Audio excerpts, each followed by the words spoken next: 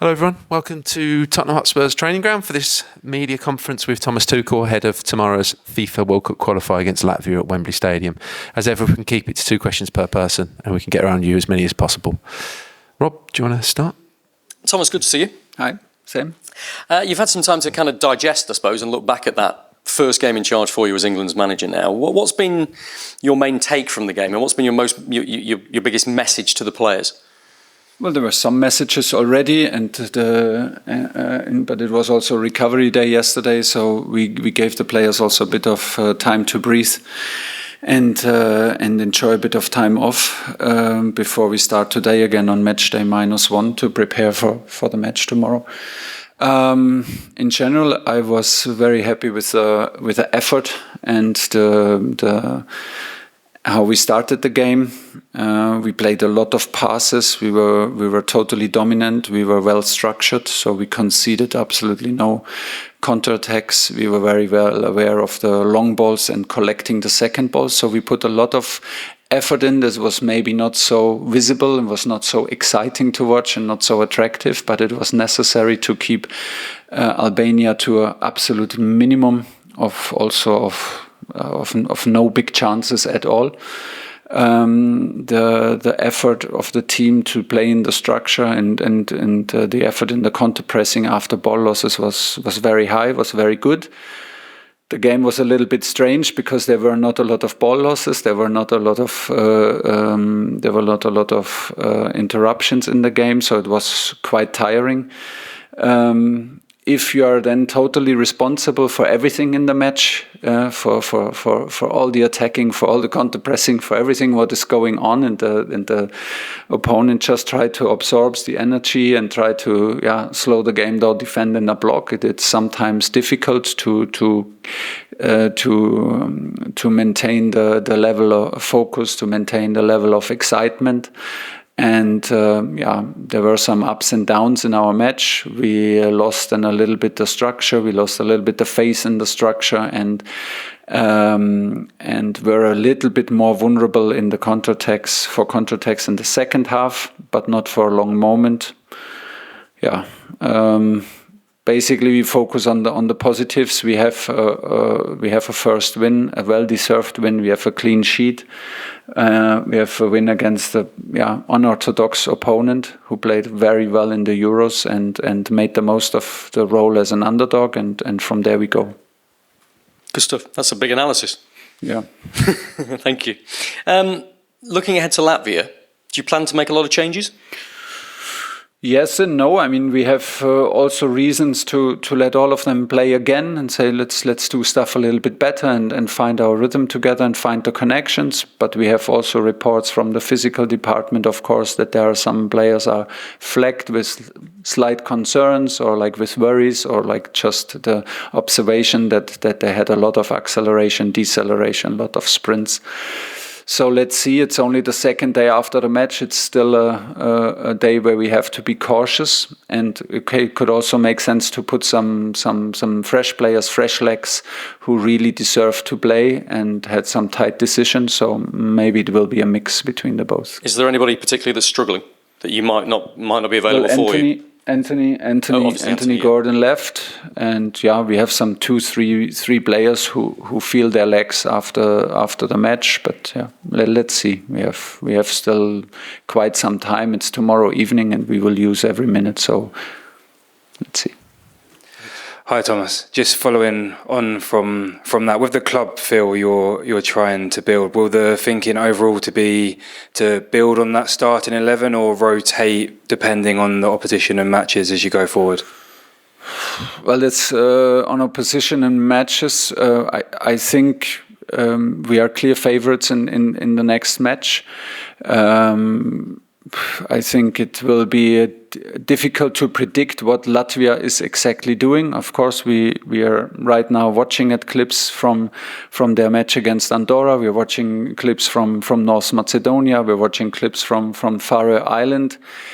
Still, they're facing also a new level of opponent with us, and it's not so clear to predict what they are going to do. They have an Italian coach. They are well structured since he is in charge. We expect a back five. We expect either a 5-3-2 or a 5-4-1.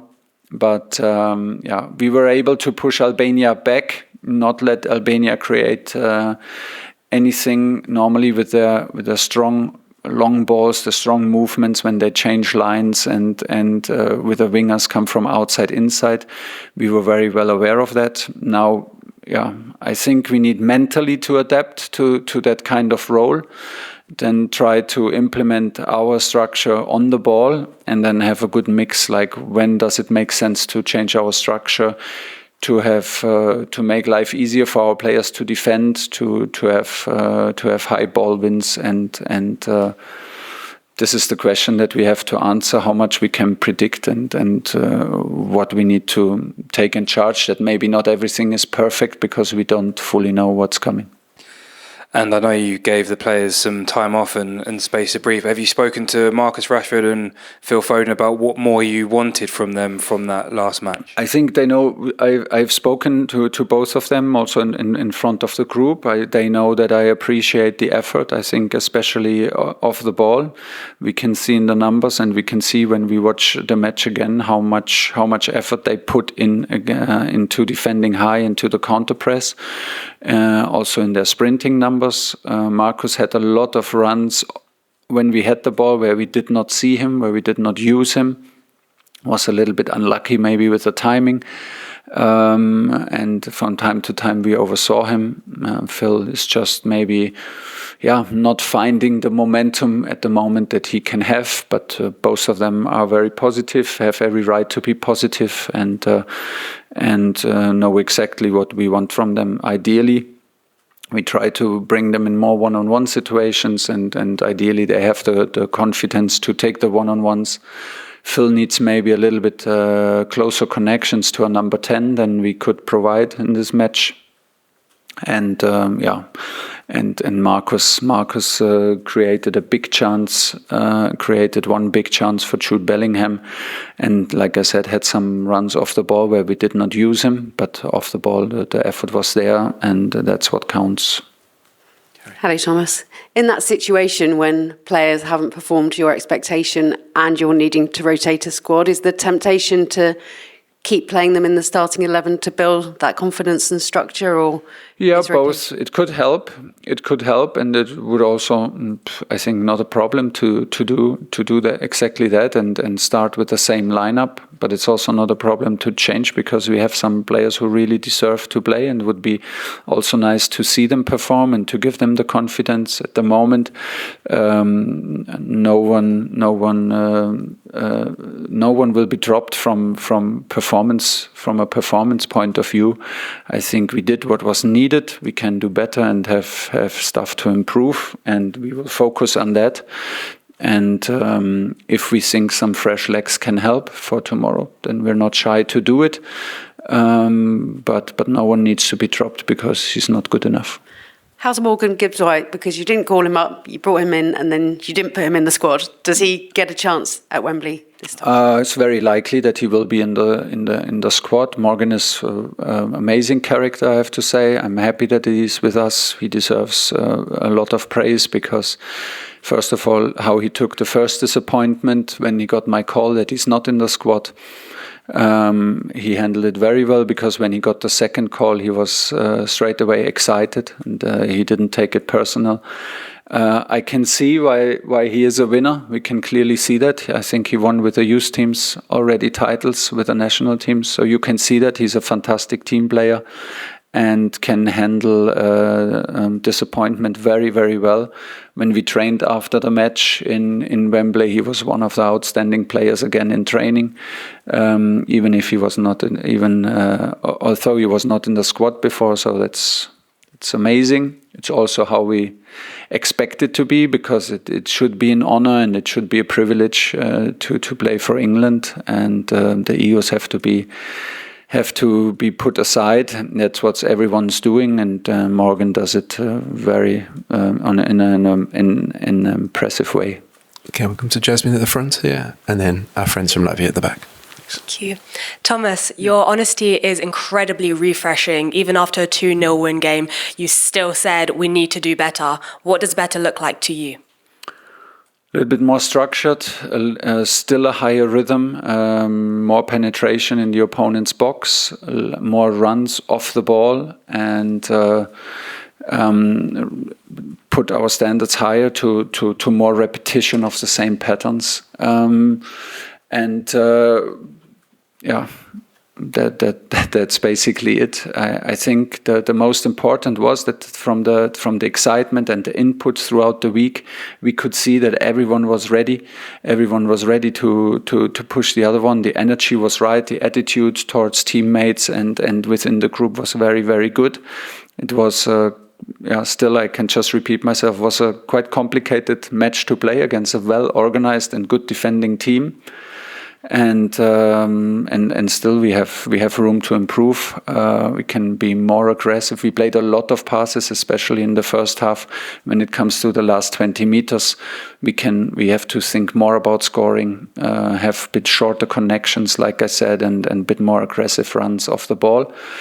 That's what we're trying to do, and maybe we can straight away show tomorrow. Hello, Raymond from Latvian Television. Under new coach, Latvia is still trying to find its identity. Of course, we don't have a lot of representation in major leagues, but we have young squad. Are there any players that are standing out in your opinion, and who would you take most consideration? Who would be the most dangerous player in our team? I know all the faces of your players, but I have to admit that I don't know all the names. If you ask me, you have one key player out, unfortunately for you. Good for us, one key player in the half left midfield. I think you have an identity. I think the identity with the new coach is pretty clear. You play a 5-3-2. You play a 5-4-1. You play straightforward, very, very quickly, straightforward into the two strikers. You have wing-backs on the side who then support to attack. You have a number 8, minimum one number 8, two strikers in the box. And you try to cross very early.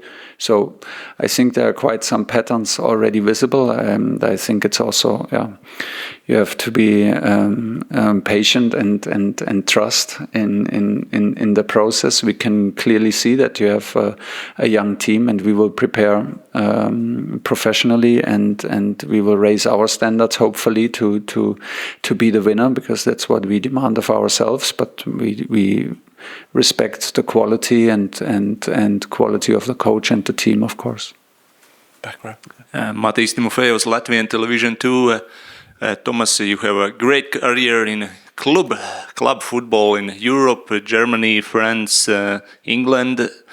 What can you feel already right now in England? What's the main differences to manage club and manage a national team? That I'm the most happy when I'm football coach in England. This is what I can tell you, because I think it's a very special place to be. It's a very special group of players, and the league and the approach of the fans to the league shapes the character and the attitude of the players, which is always a pleasure to be around, and there is no difference. It feels like training camp. It feels like a pre-season a little bit, because you're 10 days together. So it's very condensed and it's very intense period work of time. Once the games are over, it's very different, because you watch a lot of games, but you don't have the close contact to the players, which I love the most. But it's exciting, because we have 16-17 months and a big target. We want to qualify for US, and we wanna arrive as a strong group who's ready to go all the way. So it's an honor, it's a privilege, and it's a lot of fun so far. Hi, Thomas. There were doubts before the game between a back three or a back four for your team. You ended up picking a back four. Yeah. Curious about your process on picking a back four, and if this is the final asset of your team going forward. Not necessarily. I mean, it was our first game together, and it's important to have these games together to get to know each other better, and see how the connections work, and see where we can improve. and where we have maybe slight problems. It's always about the players who gives what to the team, and then find the best system that they feel the most comfortable and be the most threatening, and at the same time most balanced squad.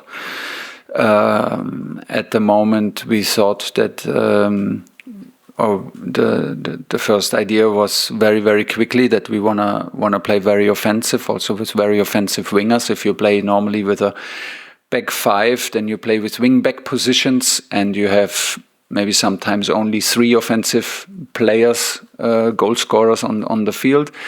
We opted for a back 4 to have at least 4 plus a hybrid midfielder on the pitch, was Curtis Jones. It can be then from time to time in this formation that we played now, can be even like 5 offensive players, which we will also try from time to time and see if we get the balance right, if this is possible. We still have the option to play with 3 central defenders, which I'm also familiar with, and which has also advantages. And let's see. I think the players in the end will make the choice how good we are, how good we adapt to the different approaches. Football now is very, very fluid, so systems are maybe just static in goal kicks and in kickoffs, and then it becomes very fluid. And it's more about connections and finding principles that everyone can buy into, and this is what we're trying. Okay, guys, we'll end it there. Thanks for your time. Finish.